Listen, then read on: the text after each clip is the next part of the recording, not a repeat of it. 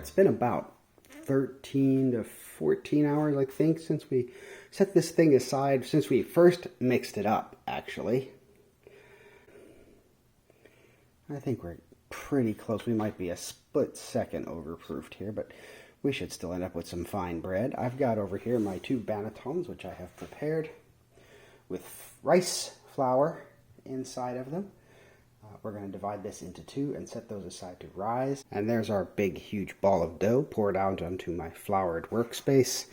Got my bench scraper, and what I'm going to do is cut this into roughly 2 equal sizes, and I'm going to shape them, put them in the bannetons. Well, I didn't have an extra hand to show you how to cut it and roll it into a ball, but if you look online, you can find tons of different videos and places that'll show you exactly how to do that. I've done 2 different things here. If you read online about how to do this, some will say put it in your bowl seam side up.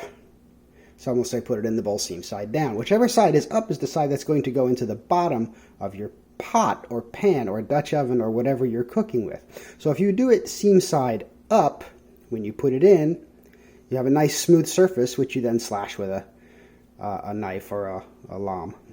If you have seam side down in the bowl, then when you turn it over, the bottom is sort of rough and crackly, and you don't have to necessarily slice it because it will naturally crack along those lines.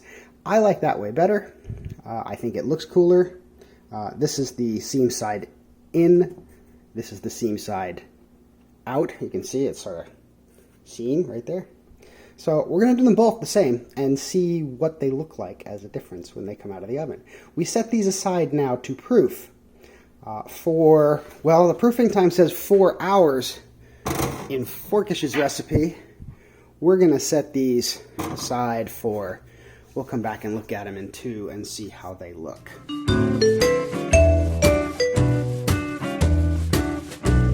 Okay, the recipe says give it about 4 hours to proof. But it also says the way you can tell if it's done is by what they call the finger dent test. If you can poke a finger in a little bit, a floured finger so it doesn't stick to your finger, if it bounces straight back, it's not ready. If it stays in, it's too far ready. And if it pops back slowly and gently, leaving a slight indentation, that means it's time to go. So let's look at this. I'm going to give this a finger dent. Use this hand right here. I'm going to push it in a little bit, and I'm going to let go. And see, it does not pop right back. It leaves a little dent. We'll give it another one right here. Push it in a little. It starts to pop back, but it's not quite there. Same with this one. We'll give it a finger dent. It starts to pop back, but it remains a dent. So this, in my opinion, is ready to go. The recipe says to wait for 4 hours to see if this is ready to go. I've only been waiting 2, and it's ready. Let's do this finger dot test again.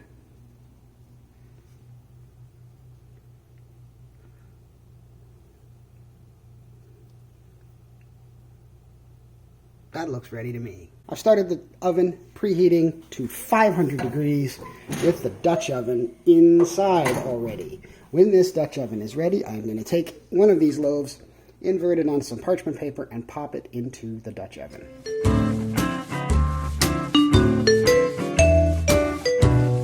The oven is preheated to 500 degrees. It's time to start putting these in. I'm going to put the seam side up one in first, which means I'm going to have to slash the top to give it some room for the gas to expand. Again, parchment is your friend here. Turn it over.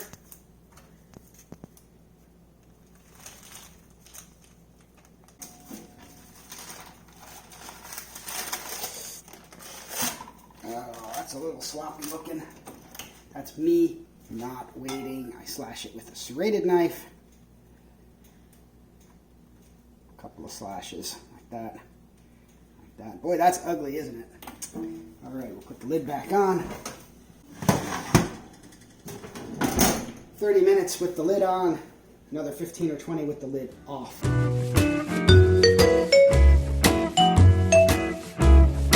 All right, it's been been in the oven now for about 30 minutes with the lid on. We're going to open it up. We're going to take the lid out and let it get some nice color on there. Oh, look at that. It's going to come out lovely. Yep, here we go.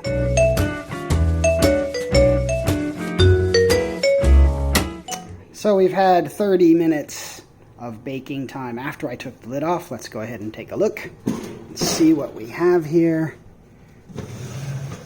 That looks exactly like I want it to look. Okay, I've taken the loaf out. I put the Dutch oven back in the oven so we can get ready to cook that second loaf. Just let that Dutch oven preheat back up to 500. And you see we got the paper, stick to it. But again, that's lovely. And yeah, I think that's a nice looking loaf of bread.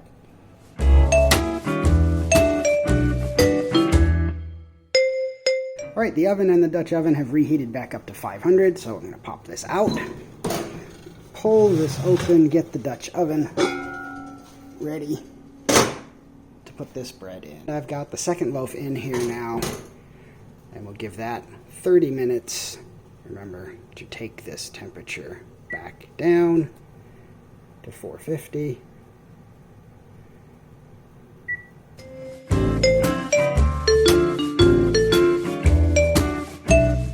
There's the second one coming out. Look at how brown and lovely that is.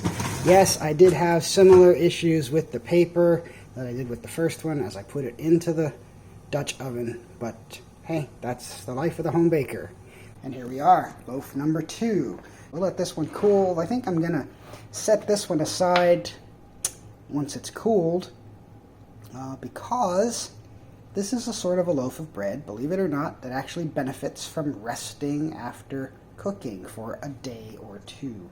Develops some nice flavors, so I've been told.